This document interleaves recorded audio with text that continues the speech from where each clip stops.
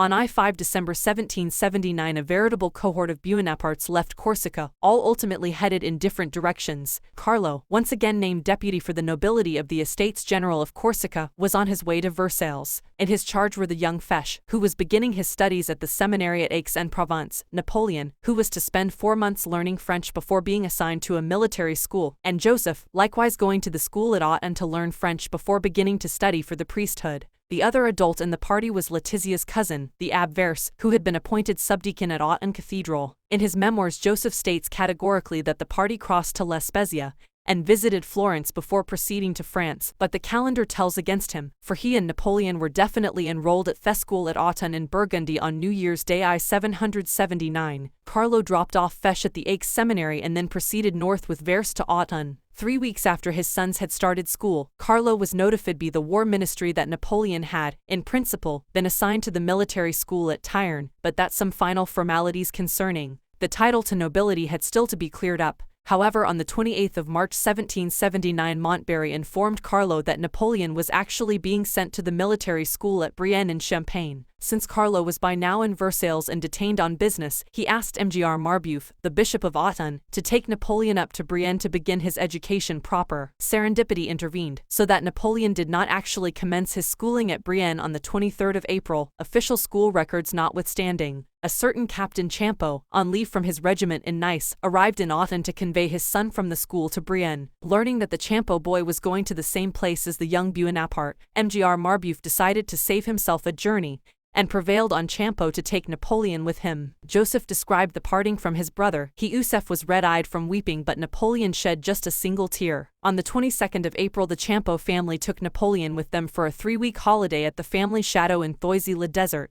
But Mgr Marbeuf, who had squared this arrangement with the school at Brienne, had not quite calculated all the odds, for at the end of the holiday the young Jean-Baptiste Champeau was found to be too ill to continue to Brienne. Marbeuf thus had to send his vicar, the Abbé Harney, to take Napoleon over to Brienne, something he could have done 3 weeks earlier. Napoleon arrived in Brienne on the 5th of May 1779. The military college there, originally a monastery, stood at the foot of a hill dominated by the chateau. A religious academy from 1730, it had become a military school in 1776, one of 10 such schools set up to replace the École Royale Militaire in Paris, which had been wound up that year on grounds of cost. It was still run by monks and the religious ethos was dominant, but the minims of the Order of Saint Benedict were poor and ignorant. The Brienne school was underfunded, so could not afford to engage top-class teachers, was the lowest ranked of all 10 military colleges, and had the lowest student enrollment as against a top military school like La Feu. Its aim was to prepare the sons of the nobility for eventual cadetships in the armed services. But, apart from a course in fortification in the final year, the education was not remotely military, but rather a variant of the standard training of the 18th century gentleman. The theory was that the best pupils would be selected for the artillery, the engineers and the navy, and the mediocre ones for the infantry. Only those too stupid even for the cavalry would be sent back in disgrace to their families. In this sleepy town on the vast open plains of Champagne Napoleon spent 5 years. He often professed an admiration for Sparta, but here he had to live like a Spartan of old. There were 2 corridors, both of which contained 70 cells, each 6 feet square, furnished with a strap bed, a water jug and a basin. Students were locked into their cells at 10 p.m., in a vain attempt to stamp out homosexual practices which were rampant at the Brienne school. In an emergency a pupil could press a bell which communicated with the corridor where a servant slept. At 6 a.m. reveille sounded. After a breakfast of bread and water and some fruit in a common dining hall which seated 180 persons, lessons began. The morning was given over to Latin, history, mathematics, geography, drawing and some German. A 2-hour lunch break followed, where the standard of food improved. A typical menu contained soup, bouilli, roast meat, salad and dessert. Teaching in the afternoon concentrated on fencing, dancing, music and handwriting. There was a brief break for tea which was a repeat of breakfast, and later there was a dinner which repeated the lunch menu. Only on feast days did the monotonous fare vary. One Epiphany Napoleon noted down that the boys had been served chicken, cauliflower, beetroot salad, cake, chestnuts and hot dessert. There was a strict dress code. Pupils wore a blue coat with red facings and white metal buttons. The waistcoat was blue faced with white. The breeches were blue or black and an overcoat was allowed in winter. No servants were permitted. Linen was changed twice a week, but only 1 rug was permitted on the bed, except in cases of illness. Up to the age of 12 the boys had to have their hair cut short, but after that a pigtail was to be worn. Powder could be worn only on Sundays and saints' days. The regime was austere in other ways. boys were not allowed to visit home except in the case of death or severe illness of a parent. Parental visits were discouraged, and there were no real holidays. Brienne was situated in flat, agricultural and often flooded or waterlogged terrain, where the monotony was broken only by wretched, poverty-stricken villages, dilapidated cottages, smoking bothies and thatched hovels.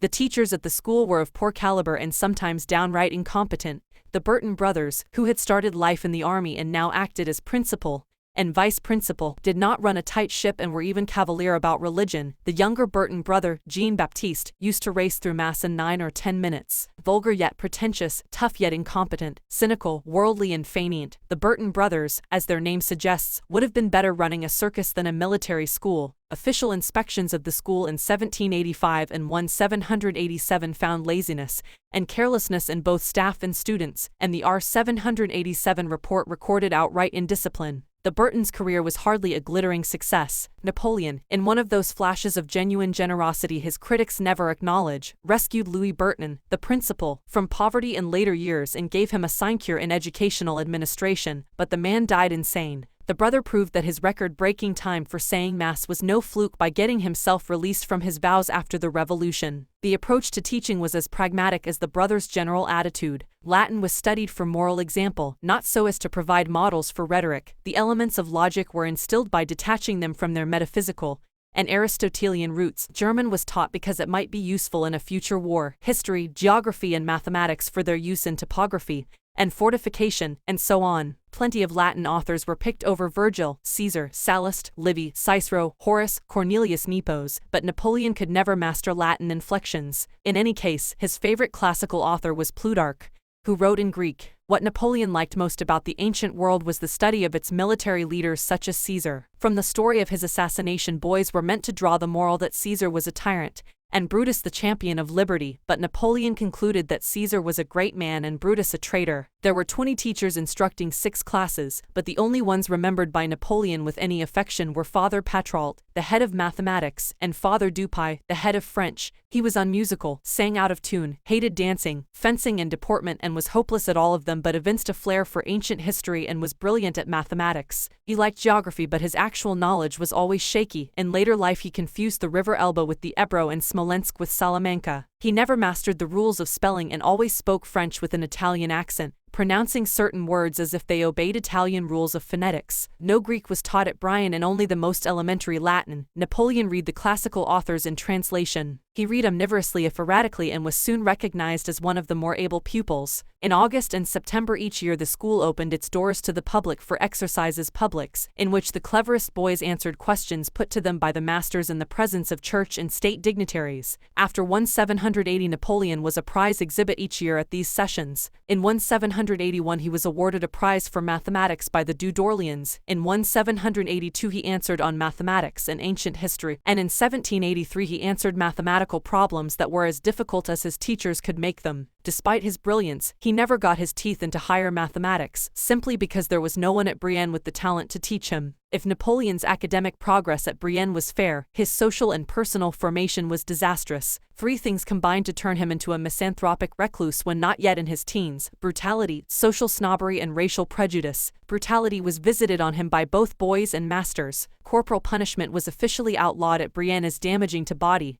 and soul, but this prescription was honored more in the breach than the observance. On one occasion Napoleon was punished by having to eat his dinner kneeling down in the refectory, wearing coarse brown homespun and a dunce's cap. This brought on hysteria and an attack of vomiting. Father Patrault, the head of mathematics, a tall, red-faced man who was the only one at Brienne to discern Napoleon's true intellectual potential, intervened and reproved the master who had inflicted the punishment. Napoleon's initial problem with the other boys was that he would not consent to be a nymph, as the catamites in the school, well known to be honeycombed with homosexuality, were called. This inevitably led to beatings up and fights. His sallow skin, his nationality and even his name set him apart. His schoolmates converted Napoleon into pale Onez, an insult he still remembered at the end of his life. Great mirth was occasioned by Napoleon's first encounter with ice, in his water jug. "Who's put glass in my water jug?" he cried, to hoots of laughter. Napoleon's response to such humiliations was to insult his fellow pupils in turn, which led to further fisticuffs. But he won grudging respect from his peers by not peaching to the masters. Yet the major source of tension was Napoleon's virulent Corsican nationalism,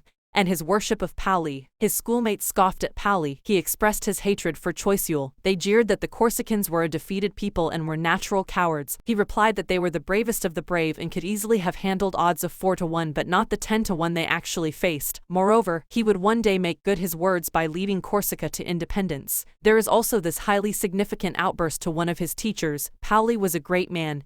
He loved his fatherland, and I shall never forgive my father, who was his adjutant, for helping to unite Corsica to France. He should have followed his fortunes and succumbed with him. The spiral of taunt, counter-taunt, playground fight and return match between Napoleon and schoolmates continued. The arrival in 1782 of another student from Corsica, ally Charles de Bragelonne, might conceivably have been a source of relief, but Bragelonne was the son of the French military commander in Bastia, and the strong anti-Napoleon schoolboy faction twisted this to its own advantage. Knowing that Corsicans hated Genos even more than the French, they put Bragelonne up to pretending he was Genos. The sequel was predictable. Napoleon flew at the boy and pulled out his hair in tufts, leading to another fight. But there is a tradition that Bragelonne later joined in Napoleon's anti-schoolmaster baiting and troublemaking and even aspired to inherit his mantle in this regard, for he was expelled in 1786. There must have been some kind of rapport, for Napoleon later made him one of his generals. There are many accounts of Napoleon at Brienne by allied contemporaries, but only 4 of them seem authentic, and even these have often been doctored or suffused with the wisdom of retrospection. Hence the surfeit of apocrypha from these years, the plaintive pleas from Napoleon to his parents for pocket money, the alleged visit to Brittany, etc. Napoleon himself, in his St. Helena memoirs, doubtless exaggerated the misery at school, the violence and the loneliness. Yet all the evidence dovetails to underline the inescapable conclusion that he did not fit in, did not make friends easily, was unpopular and a lone wolf. 2 of the best authenticated stories show him in the 2 moods he habitually demonstrated at Brienne, either a reserved, meditative loner who would turn to violence if provoked, or an aggressive gang leader. As part of the ethos of robust bodies, enlightened minds, honest hearts so falteringly applied by the Burton brothers, all students were encouraged to take up outdoor recreations. Napoleon and 3 of his schoolmates opted for gardening,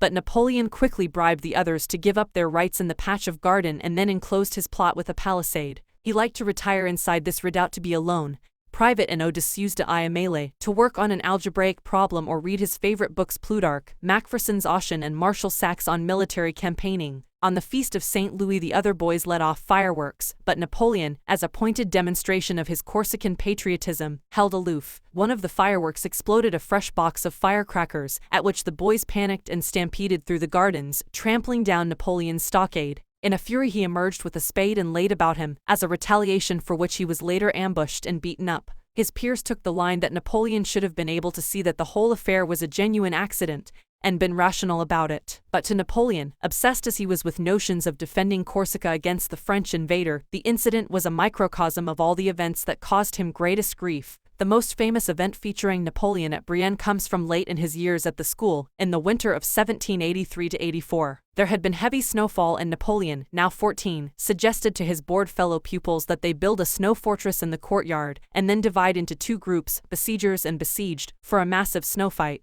The idea was at first a huge success, with Napoleon commanding both sides. But things took an ugly turn when the boys began to cover large stones in an outer casing of snow. Serious wounds were sustained as a result. Needless to say, this incident was always cited later as prefiguring Napoleon's military genius. A better index of his Promethean ambitions is his well-authenticated remark to the Inspector General M. de Carvalho in 1782, when Napoleon announced he wanted to devote his life to science, either producing a general theory of electricity, or inventing a model of the cosmos to replace the Newtonian system. By 1782 Napoleon had decided that he wanted to join the Navy. It was conceivable that, the following year, he could have been sent either to the Naval Training School in Paris or to the École Militaire in Paris, but the Royal Inspector General decided he had not yet spent enough time at Brienne to be transferred. In 1783 the Inspector General, M. de Carvalho, kept the boys' options open. M. de Bonaparte, born 5 August 1769, height 5'3", constitution, excellent health, docile expression, mild, straightforward, thoughtful, conduct most satisfactory, has always been distinguished for his application in mathematics. He is fairly well acquainted with history and geography. He is weak in all accomplishments, drawing, dancing, music and the like. This boy would make an excellent sailor, deserves to be admitted to the school in Paris. What decided Napoleon's fate was a downturn in his family's fortunes. Since Napoleon last saw his father, Carlo had not fared well. Once in Paris in 1779, He tried to press to have the Odon estate returned to him or at least to be compensated for it, but in vain. With a letter of introduction from Marbeuf he was granted audience with Louis XVI who, impressed by the governor of Corsica's patronage of the supplicant, granted him his secondary request, a subsidy for the planting of mulberry trees which, it was hoped, would eventually make Corsica a silk-producing center. But Carlo claimed all this money was absorbed by his expenses in Paris and the costs of lobbying. In his accounts book he noted, "In Paris I received 4,000 francs from the king and a fee of R000 crowns from the government, but I came back without a penny." Meanwhile his family continued to grow. When Napoleon went to Brienne he was already the second child in a family of 5, but by the time he next saw his father there had been 2 additions to the brood. At the same time Carlo had declined in health and lost weight, clearly the first signs of the stomach cancer that would carry him off in 1785. This reduced his earning power at the very time his financial resources were declining, for in 1784 Marbeuf ceased to be the generous patron of old.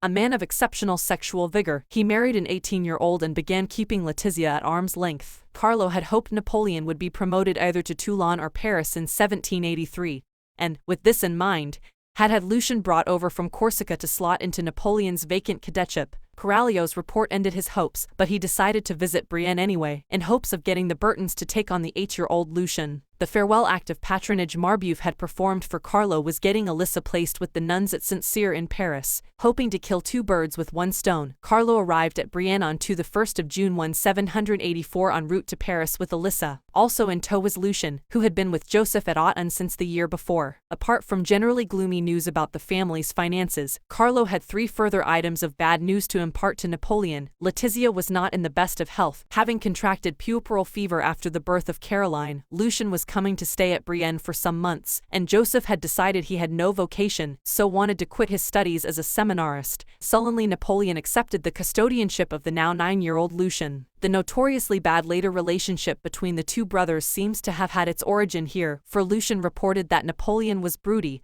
and withdrawn, greeted him without affection and showed him no tenderness or kindness. Lucien deeply resented this and always said it was because of Napoleon's attitude that he felt the greatest repugnance in bowing to him when emperor. Carlo's visit is described in some detail in the first authentic letter written by Napoleon, on the 25th of June 1784, to his uncle Niccolo Paravicini. Napoleon was outraged by Joseph's ambition to join the artillery after leaving the seminary, for the notorious inter-service rivalry meant that was probably the end of his own ambitions to enter the navy. Although, therefore, we must realize that Napoleon had his own reasons for the unflattering portrait he painted of Joseph, the analysis still shows very shrewd insight into his elder brother's failings. The lucid, cold, pragmatic adult Napoleon is essentially on display here. He pointed out that Joseph had poor health and lacked physical courage, that he had not faced the reality of army life but thought only of the social side of garrison existence. What a pity that Joseph was abandoning a career where, with Bishop Marbeuf's patronage, he too could soon have a bishopric. And how was Joseph going to make the grade, he who had shown no aptitude for mathematics? Even if he were not congenitally lazy, had he fully realized that he would have to spend 5 years learning his putative profession as an engineer? At some stage Letizia also visited Napoleon at Brienne,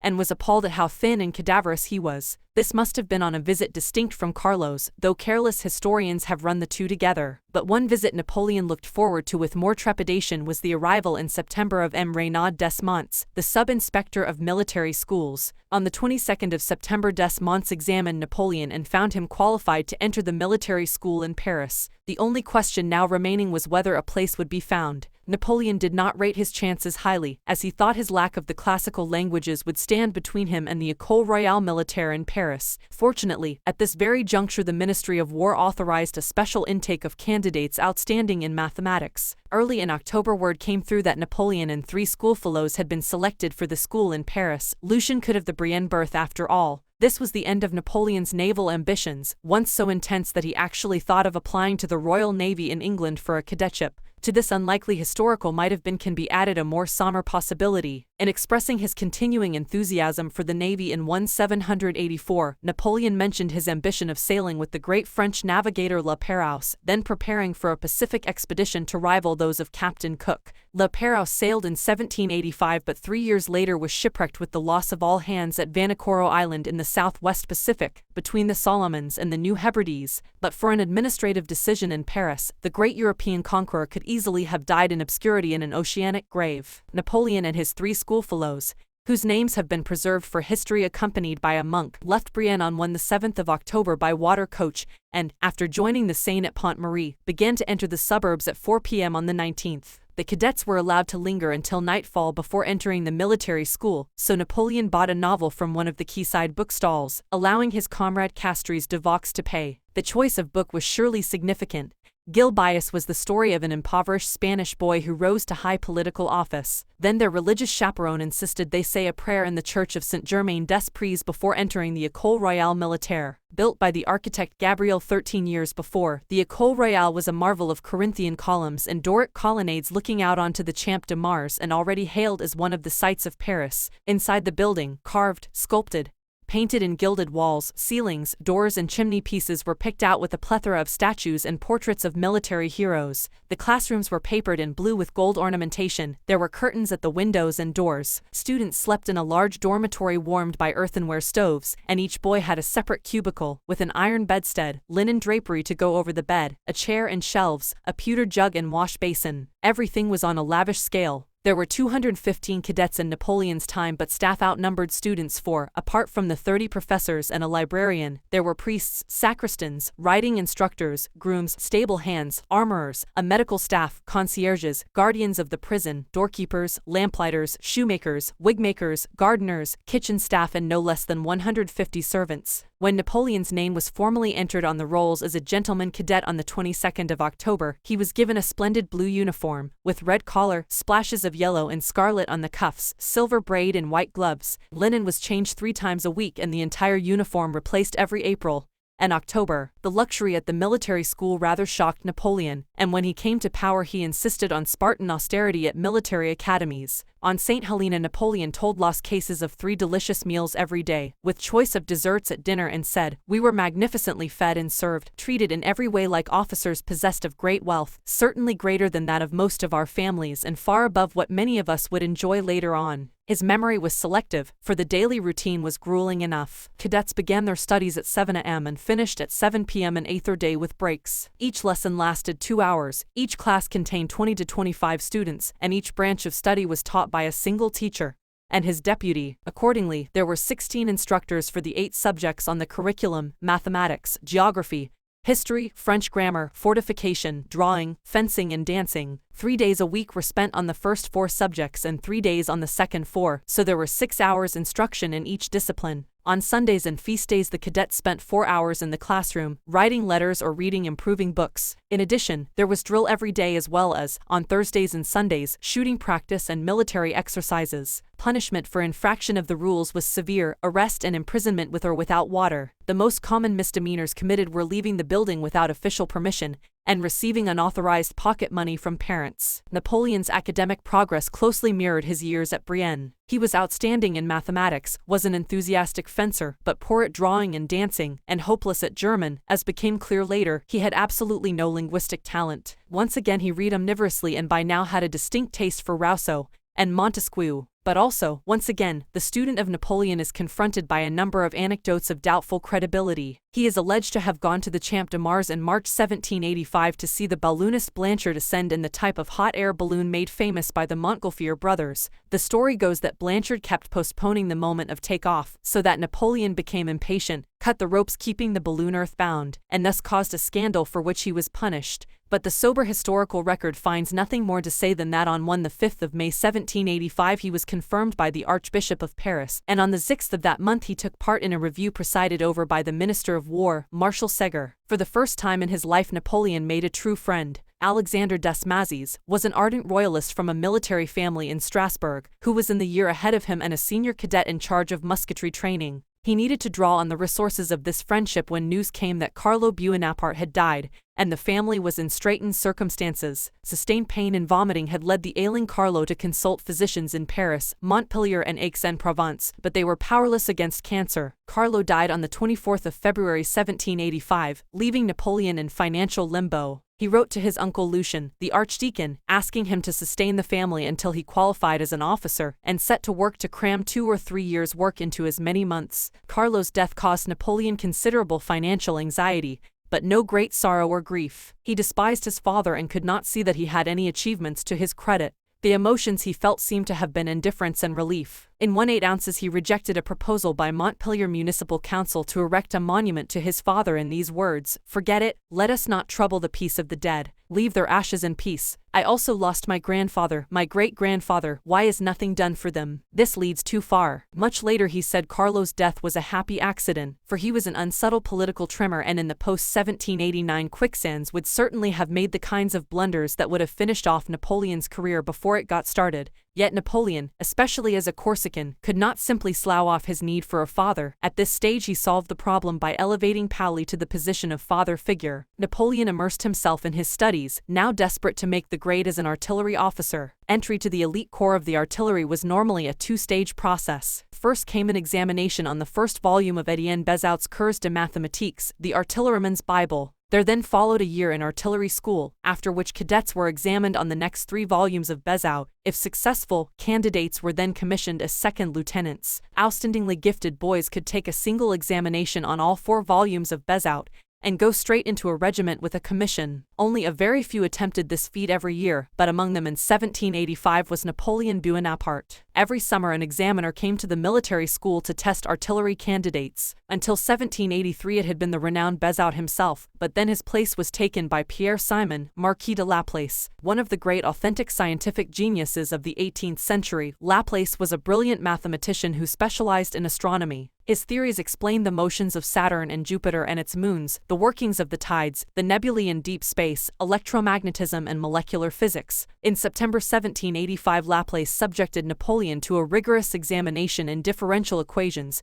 and algebra as well as the practical applications of mathematics. Only 58 candidates were taken into the artillery from all schools and colleges in France. The École Royale Militaire in Paris should have had the edge, but, of the 17 boys put in for the examination, only 4 featured among the successful 58. Among them was Napoleon, placed 42nd, Des Mazis, placed 56th, and Napoleon's bitter student rival Le Picard de Philippox, who was 41st. To be 42nd out of 58 does not sound distinguished, and this fact has contributed to the persistent idea that Napoleon was not a particularly brilliant student, but it must be remembered that he was up against students who in some cases had had 2 years more study than he. In September, just 16, he was commissioned as a second lieutenant. He and Des Mazis had expressed a wish to join the same regiment, and the request was granted. The 2 friends were gazetted to join the La Fère regiment at Valence in the Arh1 Valley. Some have speculated that Napoleon's request had an ulterior motive, since the La Fère regiment was known to have served in Corsica ever since 1769.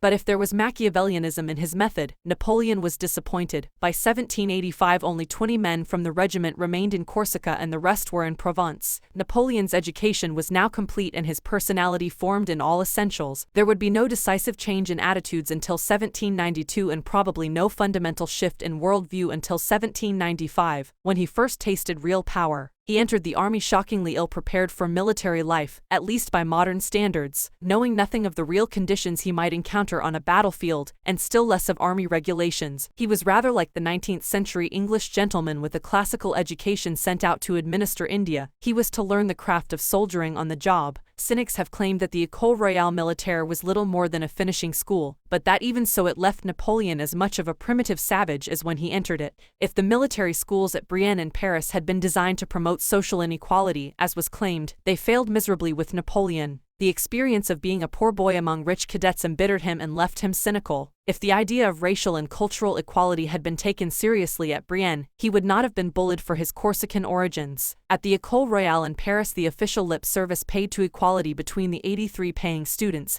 and the 132 scholarship boys simply resulted in a kind of crude leveling up where the poor were trapped by peer pressure into living beyond their means. Napoleon grew to hate aristocrats whose only virtue was that they had been born in the right bedroom. He referred to them as the curse of the nation, imbeciles, hereditary asses, and his hatred was compounded by the aristocratic contempt for those of lesser breeding, even if they were 100 times more talented. Actually, in the context of the ancient regime, Napoleon was luckier than he knew, for the artillery, to be entered only by those of great mathematical talent, was the only branch of the army where a career genuinely was open to talent. It may be that contempt for an organized religion that could condone blatant injustices contrary to its own official teachings was what finished Catholicism for Napoleon. Certainly by the time he left Brienne he had lost his faith, though still obliged to make public obeisance to its forms. Napoleon's later explanation for his alienation from the church was threefold. First there was the hypocritical force-feeding of rote-learned religious doctrine at Brienne, often inculcated by monks, like the Burtons, whose own credentials as believers were open to doubt. Then there was his reading of Rousseau,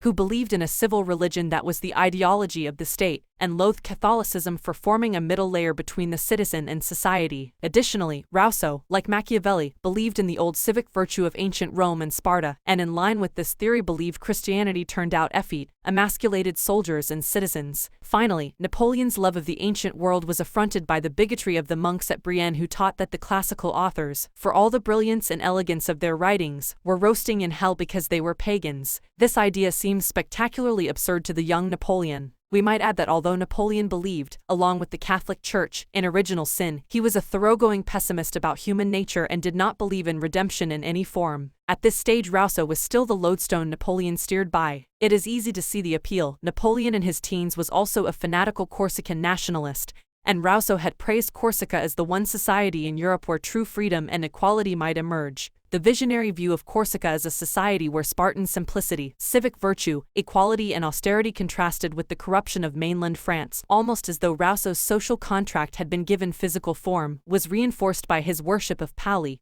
who by the later years in Brienne had already displaced Carlo as father figure. Napoleon's critics then and since have argued that his Francophobia was deeply illogical, given that he was drawing on French funds to obtain an education and had obtained the place at Brienne solely because he was accepted as belonging to the French nobility. One senior officer at the military school in Paris finally got a bellyful of Paoli in Corsica, and rounded on Napoleon sternly, "Sir, you are a king's cadet, you must remember this and moderate your love for Corsica, which is after all part of France." Slighted for his low-grade Corsican nobility, regarded as a bore for his island nationalism, Napoleon had further reason to believe, on the evidence of his school years, that he was an Ishmael, with every man's hand turned against him. He experienced severe difficulty in making friends, was let down by most of those he did make, but on the other hand seemed to make bitter enemies by the mere fact of his existence. At Brienne he was taken up by Fauvelet de Bourrienne, who later painted an idyllic picture of the two supposed friends bathing in the ice-cold waters of the Aube. Bourrienne's army career was a failure, but in 1797 Napoleon appointed him as his secretary. His reward was to find that Bourrienne cheated him at every opportunity. Bourrienne was a fraudster, embezzler, defalcator and money launderer on a grand scale. Napoleon treated him with great indulgence, but again received scant recompense. Bourrienne's ghosted memoirs, a cynical money-making exercise, were a work of blatant propaganda, still uncritically used by Napoleon's critics as an authentic picture of the man. Another Brienne school friend was one of those who accompanied Napoleon to the military school in Paris, Laffer de Bullecourt, the son of a baron. Laffer had flirted with the homosexual set at Brienne, but Napoleon warned him that if he succumbed to their blandishments, that would be the end of his friendship. Laffer either did resist, or was able to persuade Napoleon that he had. But once in Paris the temptation was simply too great. Laffer came out, to Napoleon's disgust, and when the Corsican coldly told him their friendship was over, Laffer, angry and distraught, assaulted him. Laffer came off the worst from the encounter, and a contemplated charge of assault against Napoleon was dropped, since the school authorities knew all about Laffer's proclivities. At the military school in Paris Napoleon had the first of the hate-at-first-sight experiences that were to dog him through life. His enemy was Le Picard de Philippox, who just piped him into 41st place in the artillery examination, became an emigre after the Revolution, and fought with the British against Napoleon at Acre in 1798. But Napoleon had the gift for rubbing up the wrong way against young females as well as male rivals. In 1785 he sometimes visited Madame Persson, a Corsican and an old friend of Carlo. She had married a rich French commissary officer and had two daughters, Cecile and Laura. There seems to have been an instant antagonism between Napoleon and Laura who, seeing his long legs in officers' boots, laughed at him and called him Puss in Boots. Although Napoleon tried to turn the whole thing into a joke, it was clear he was deeply affronted. He would not have liked Laura anyway. She had been dressed as a boy until the age of 8, and was as assertive as only men were supposed to be in that era. Later she married Napoleon's friend Junot and was a persistent thorn in the Bonaparte side, a kind of female Bourrienne. Like him she would do anything for money, and in that capacity later brought out 18 volumes of memoirs which rival Bourrienne's for their unreliability. Napoleon could never abide any gender uncertainty or unnatural behavior by assertive or strident women. His ambivalent feelings about his mother are at the root of this, but if tradition is any guide, as a cadet he had further experiences that made him wary of women. He was said to have met up with 2 young women, then been shocked and incredulous to find they were lesbians. The other story from his cadet years concerns the attempt to seduce him by a much older woman, but the 16-year-old second Lieutenant Bonaparte was still sexually timid and repressed. He was allegedly the only successful artilleryman in Paris posted to the La Fère regiment who did not visit a brothel in Lyons on the way south. With a chip on his shoulder about his social origins and his nationality, an uncertain touch with his male peers and a fear and suspicion of women, Napoleon needed little else to make him feel as though he were one of nature's loners. But, to cap all, he was short of stature, only 5'6" when fully grown. Alfred Adler has made us aware that this is a key feature in the overcompensation of despots. Most dictators have been small men: Caesar, Hitler, Mussolini, Stalin and Franco, as well as Napoleon. It is no exaggeration to say that the 16-year-old Napoleon's experience of life denoted the authoritarian personality in the making.